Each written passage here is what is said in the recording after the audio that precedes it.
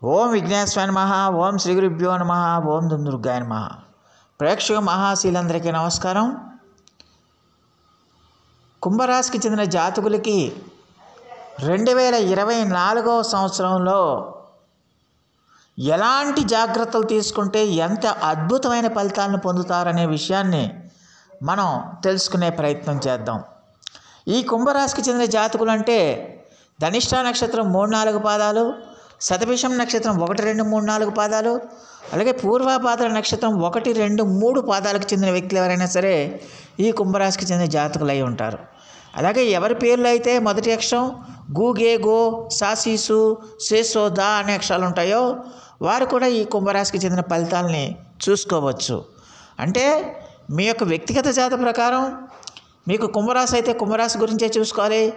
వ్యక్తిగత జాతకం లేని వాళ్ళు మాత్రం వాళ్ళ పేరు బలాన్ని బట్టి కుంభరాశి ఫలితాన్ని చూసుకోవచ్చు అన్నమాట. మరి కుంభరాశికి చెందిన జాతకులకి 2024 సంవత్సరంలో ఎలాంటి జాగ్రత్తలు తీసుకుంటే వాళ్ళు ఎలాంటి అద్భుతమైన ఫలితాలు పొందుతారనే విషయాన్ని కనుక మనం ఒకసారి చూసుకుంటే, కుంభరాశికి ఇప్పుడు ఏలినాటి శని జరుగుతుంది. ఈ ఏలినాటి శని ప్రభావంతో కుంభరాశికి చెందిన జాతకులు గత 3 సంవత్సరాలుగా కూడా అనేక రకాలుగా ఇబ్బందులు పడుతున్నారన్న విషయం మనందరికీ తెలుసు. అయితే నవంబర్ 4వ తేదీ నుంచి శని వక్ర త్యాగాన్ని పొంది ఆయన మళ్ళీ ఫాస్ట్ ఫార్వర్డ్లో ముందుకు వెళ్తున్నాడు. అందువల్ల అప్పటి నుంచి కూడా కుంభరాశి వాళ్ళకి ఎప్పుడైతే జూన్ 18 నుంచి కుంభరాశి వాళ్ళకి శని భగవానుడు వక్ర స్థానంలోకి వచ్చి ఇబ్బందులు పెట్టాడో ఆ ఇబ్బందులన్నీ ఒక్కొక్కటిగా తొలగిపోతాయని మనం గత ఎపిసోడ్లలో తెలుసుకున్నాం. అయితే ఇక్కడ మరి శని భగవానుడు ఏలినాటి శని కాబట్టి మరి ఏలినాటి శని భగవానుడు కుంభరాశి వాళ్ళకి మేలు చేస్తాడా, మేలు చేయడా? చాలామంది ఎందుకంటే రాష్ట్రాధిపతి శని కాబట్టి వాళ్ళకి మేలు చేస్తాడు, ఏమి ఇబ్బంది పెట్టడని చాలామంది చెబుతూ ఉంటారు. కాకపోతే శని భగవానుడు అంటేనే ఆయన ధర్మ రక్షకుడు, ధర్మబద్ధంగా ఆయన నడుచుకుంటాడు, అలాగే ధర్మాన్ని రక్షించేవాడు. అందువల్ల ఖచ్చితంగా కూడా ఈ కుంభరాశికి చెందిన జాతకులకి శని భగవానుడు రాశ్యాధిపతి అయినప్పటికీ కూడా కుంభరాశి వాళ్ళైనా ఒకటే, అలాగే మిగతా రాశి వాళ్ళైనా ఒకటే. అందువల్ల ఖచ్చితంగా కూడా కుంభరాశి వాళ్ళకి శని భగవానుడు ఎంతో కొంత ఇబ్బందులు కలుగు చేస్తాడన్న విషయాన్ని గమనించాల్సిన అవసరం ఉంటుంది. అంటే జన్మరాశిలో శని భగవానుడు సంచారం చేయటం వల్ల ఖచ్చితంగా కూడా మరి ఈ శని భగవానుడు కొంచెం వీళ్ళకి ఆరోగ్యపరమైన ఇబ్బందులు కలిగించడానికి ఈ కాళ్ళు కానీ చేతులు కానీ ఈ పొట్ట కానీ ఇలాంటి వాటికి కాళ్ళ నొప్పులు కానీ చేతుల నొప్పులు కానీ కండరాల నొప్పులు కానీ అలాగే ఈ జీర్ణ సంబంధమైన ఇబ్బందులు కానీ అలాగే నిద్ర లేకపోవటం కానీ అలాగే ఎక్కువగా టెన్షన్కు గురవటం కానీ ఆలోచనలు పెరిగిపోవటం కానీ అలాగే ప్రతి పని కూడా 1కి 2 సార్లు 1కి 4 సార్లు చేస్తేనే కానీ సక్రమమైన ఫలితాలు రాకపోవటం కానీ ఇలాంటి ఫలితాలన్నీ కూడా కలిగించడానికి అవకాశం ఉంటుంది. ఎందుకు కలిగిస్తున్నాడు అని మనం ఒక విషయాన్ని కనుక గమనిస్తే, ఇక్కడ శని భగవానుడు ఆయన ఏలినాటి శనిలో ఉన్నాడు, అందులో జన్మరాశిలో ఉన్నాడు. జన్మరాశిలో ఉన్న శని భగవానుడు కుంభరాశి వాళ్ళకి ఎంతో కొంత మేలు చేసినప్పటికీ కూడా ఖచ్చితంగా కొన్ని బాధలు పెట్టాలి కాబట్టి ఖచ్చితంగా ఇలాంటి బాధలన్నీ కూడా ఈ కుంభరాశి వాళ్ళు అనుభవించడానికి ఎక్కువగా అవకాశం ఉంటుంది. అయితే ఇక్కడ శని భగవానుడు ఏదో మనకు ఆటంకాలు పెడుతున్నాడని, ఇబ్బందులు కలుగజేస్తున్నాడని, సమస్యలు పెడుతున్నాడని కనుక మీరు కనుక ఆ కృషిని కనుక వదిలిపెడితే మొదటికే మోసం వస్తుందనే విషయాన్ని గమనించాలి. ఎట్టి పరిస్థితుల్లో కూడా కుంభరాశి వాళ్ళు తమ లక్ష్యం ఏదో, తమ గమ్యం ఏదో, తమ టార్గెట్స్ ఏవైతే ఉన్నాయో వాటికి అనుగుణంగా వాళ్ళు చిత్తశుద్ధితో కనుక కృషి చేస్తే కనుక చాలా వరకు సత్ఫలితాలను పొందుతారన్న విషయాన్ని గమనించాల్సిన అవసరం ఉంటుంది. అయితే చేస్తున్న పనుల్లో మాత్రం ఎంతో కొంత ఇబ్బందికరమైన పరిస్థితులు, ఎంతో కొంత మానసికమైన సంఘర్షణలకు సంబంధించిన పరిస్థితులు, అలాగే ఎంతో కొంత మీకు ఆటంకాలు రావడానికి కూడా అవకాశం లేదన్న విషయాన్ని ఈ కుంభరాశికి చెందిన జాతకులు తెలుసుకోవాల్సిన అవసరం ఉంటుంది. అందువల్ల శని భగవానుడు రాస్యాధిపతి శని అయినప్పటికీ కూడా కుంభరాశి వాళ్ళకి ఖచ్చితంగా కూడా 2024 సంవత్సరంలో కూడా ఎంతో కొంత ఇబ్బంది కలిగిస్తాడు. అందులో ఎలాంటి సందేహం లేదన్న విషయాన్ని గమనించాల్సిన అవసరం ఉంటుంది. ఇక్కడ రాహు ద్వితీయ స్థానంలో ఉన్నాడు కుంభరాశి వాళ్ళకి. అది గురువు ఇల్లు. గురువు ఇల్లు కాబట్టి గురువుకు సంబంధించిన ఫలితాలన్నీ రాహు చూపించడానికి అవకాశం ఉంటుంది. అయితే ఇక్కడ రాహు అక్కడ కుటుంబ స్థానంలో ఉన్నాడు కాబట్టి, గతంలో అయితే రాహు అక్టోబర్ 30వ తేదీ వరకు రాహు తృతీయ స్థానంలో ఉన్నాడు. తృతీయ స్థానంలో చాలా బలంగా ఉంటాడు, రాహు బ్రహ్మాండంగా ఉంటాడు. అలాగే ద్వితీయ స్థానంకి ఎప్పుడైతే అక్టోబర్ 31 నుంచి ద్వితీయ స్థానానికి వచ్చాడో అప్పటి నుంచి కూడా తృతీయ స్థానంలో ఇచ్చినంత ఫలితాలు రాహు ద్వితీయ స్థానంలో ఇవ్వడన్న విషయాన్ని ఈ కుంభరాశికి చెందిన జాతకులు తెలుసుకోవాల్సిన అవసరం ఉంటుంది. అందువల్ల కుటుంబ పరంగా ఏదో విధంగా మీకు మనస్పర్ధలు కానీ, ఇబ్బందులు కానీ, సమస్యలు కానీ కలిగించడానికి ఎక్కువగా అవకాశం ఉంటుందన్న విషయాన్ని కుంభరాశికి చెందిన జాతకులు తెలుసుకోవాల్సిన అవసరం ఉంటుంది. అలాగే మే నెల 1వ తేదీ వరకు కూడా గురుడు ఆయన తృతీయ స్థానంలో ఉన్నాడు. ఈ మే నెల 1వ తేదీ వరకు తృతీయ స్థానంలో ఉన్న గురుడు కుంభరాశి వాళ్ళకి ఎంతో కొంత ఏదో విధంగా వాళ్ళకి ధనాన్ని ఇవ్వడానికి అవకాశం ఉంటుంది. ఏదో విధంగా ఒక రకమైన గుండె ధైర్యాన్ని ఇవ్వడానికి అవకాశం ఉంటుంది. ఏదో విధంగా వాళ్ళకి ఆత్మవిశ్వాసాన్ని పెంచడానికి అవకాశం ఉంటుంది. అయితే మే 2వ తేదీ నుంచి ఈ గురుడు చతుర్థ స్థానంలోకి ప్రవేశం చేస్తున్నాడు. ఈ చతుర్థ స్థానంలోకి ప్రవేశం చేయడం అంటే ఏంటి?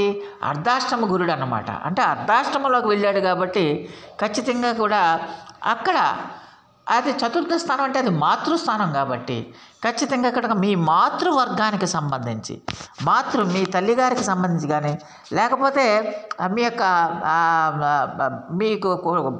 మీకు ఎవరైతే ఉన్నారో కుటుంబ సభ్యులకు సంబంధించి ఎవరైతే ఉన్నారో మీ తల్లి వర్గం నుంచి ఉండే సభ్యులు ఎవరైతే ఉన్నారో వాళ్ళ నుంచి కానీ, లేకపోతే మీకు స్థిరాస్తులకు సంబంధించి కానీ ఎంతో కొంత ఒక రకమైన మానసికమైన అలజడి కానీ, మానసికమైన ఆందోళన కానీ ఉండడానికి అవకాశాలు ఉంటాయనే విషయాన్ని గమనించాల్సిన అవసరం ఎంతైనా ఉంటుంది.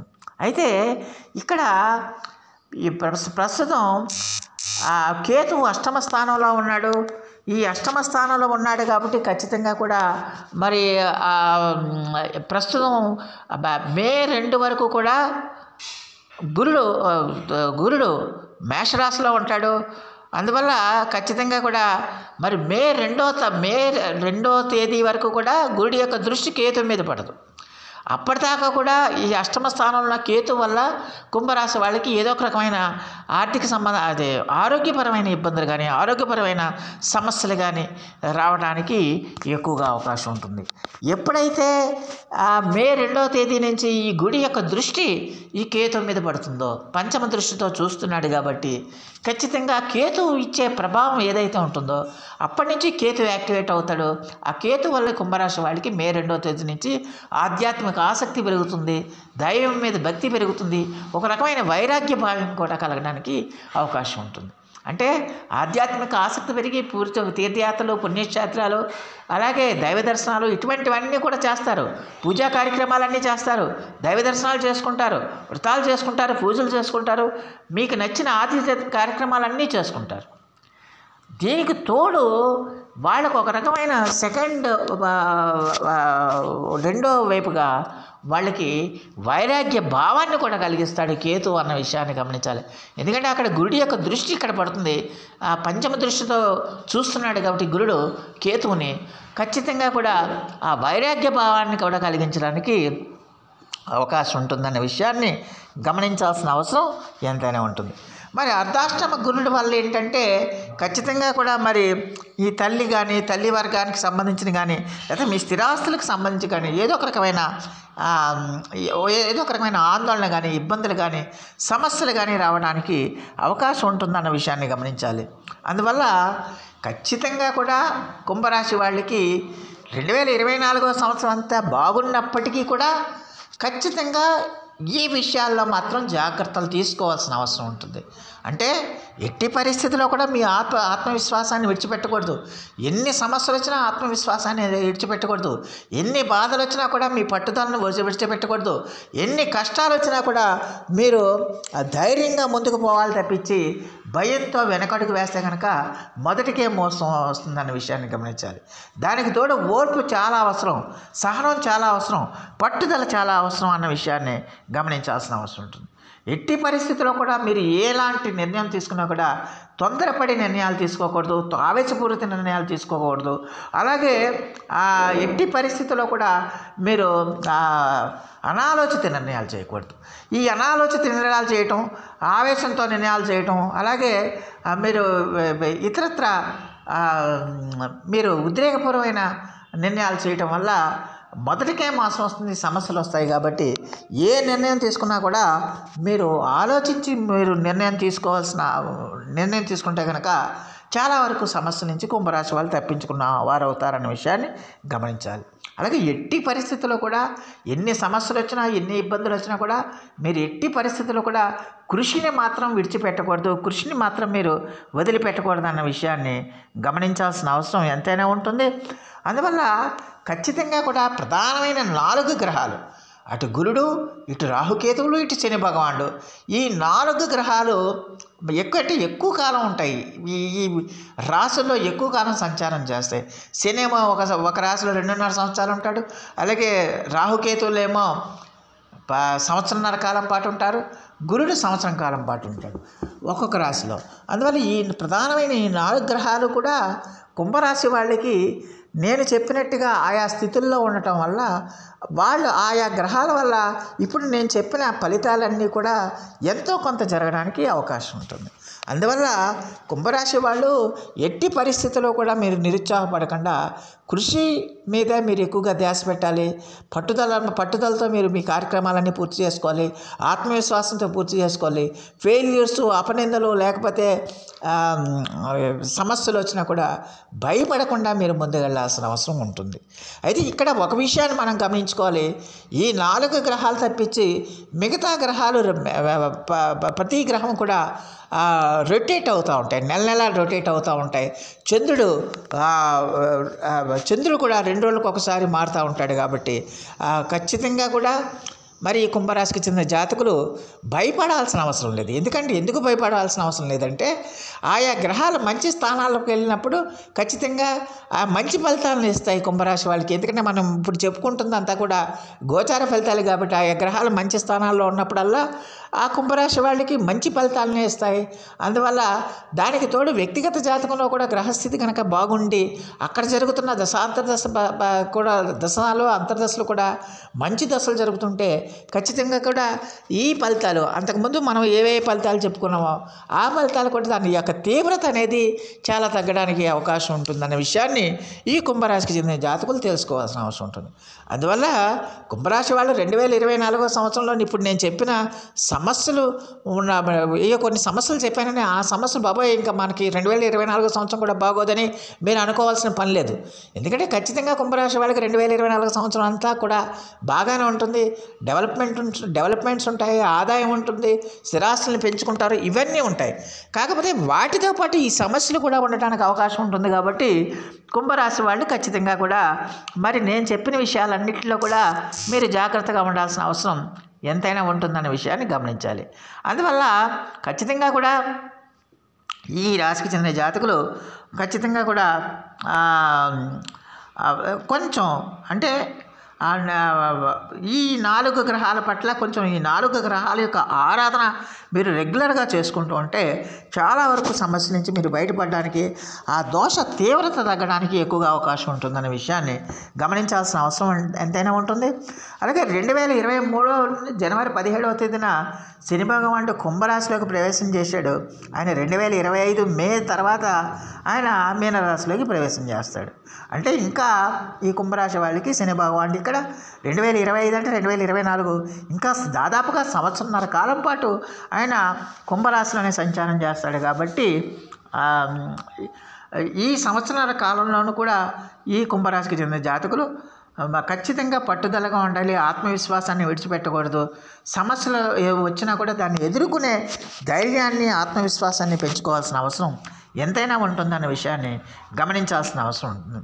అలాగే ఖచ్చితంగా కూడా మరి శని భగవానుడు ఖచ్చితంగా కూడా రాశిలోనే సంచారం చేస్తున్నాడు కాబట్టి, ఈ రాశిలోనే సంచారం చేస్తున్నాడు కాబట్టి ఖచ్చితంగా కూడా మంచి యోగాన్ని ఇస్తాడు, ఖచ్చితంగా మంచి యోగాన్ని ఇస్తాడు. అయితే ఖచ్చితంగా మనం గోచారం గురించి మాట్లాడుతున్నాం కాబట్టి ఆ యోగం యొక్క తీవ్రత అనేది తగ్గడానికి అవకాశం ఉంటుందన్న విషయాన్ని ఈ కుంభరాశికి చెందిన జాతకులు తెలుసుకోవాల్సిన అవసరం ఎంతైనా ఉంటుంది. అందువల్ల మొత్తమే చూస్తే కుంభరాశికి చెందిన జాతకులకి కొన్ని విషయాల్లో నేను చెప్పిన విషయాల్లో అంటే నేను చెప్పినట్టుగా ఈ 4 గ్రహాలకి, శనికి, రాహుకి, గురుడికి, కేతువుకి, ఈ 4 గ్రహాల యొక్క ఆరాధన రెగ్యులర్గా చేస్తుంటే నేను చెప్పిన సమస్యల తీవ్రత అనేది చాలా వరకు తగ్గడానికి ఎక్కువగా అవకాశం ఉంటుంది. అందువల్ల ఏలినాటి శని జరుగుతుంది కాబట్టి ఈ కుంభరాశికి చెందిన జాతకులు కనీసం నెలకొకసారైనా మీరు శనికి తిల తైలాభిషేకాలు చేయించుకోవడం అనేది చాలా వరకు మంచి ఫలితాన్ని ఇస్తుంది. అలాగే ఎట్టి పరిస్థితుల్లో కూడా మీకు ఆత్మవిశ్వాసం ఎందుకంటే ఫెయిల్యూర్స్ వచ్చినప్పుడు ఆత్మవిశ్వాసం తగ్గిపోతూ ఉంటుంది. అందువల్ల ఆత్మవిశ్వాసం తగ్గకుండా మీరు ప్రతిరోజు కూడా హనుమాన్ చాలీసా పఠించడం అనేది చాలా వరకు మేలు చేస్తుందనే విషయాన్ని గమనించాలి. దానికి తోడు అటు శని జపాన్ని, ఇటు గురు జపాన్ని, అలాగే రాహుకేతు జపాలని కూడా రెగ్యులర్గా చేసుకుంటూ ఉంటే చాలా వరకు సమస్యల నుంచి మీరు బయటపడడానికి ఎక్కువగా అవకాశం ఉంటుంది. నేనేవైతే వ్యతిరేక ఫలితాలు చెప్పానో అవన్నీ కూడా తగ్గడానికి అవకాశం ఉంటుంది. దీనికి తోడు ప్రతి ఒక్కరు కూడా మీ జన్మజాతకాన్ని పరిశీలన చేయించుకోవాలి. ఎందుకంటే జన్మజాతకాన్ని బట్టే ఏదైనా ఏ మనిషి యొక్క జీవితం అన్నా నడుస్తూ ఉంటుంది.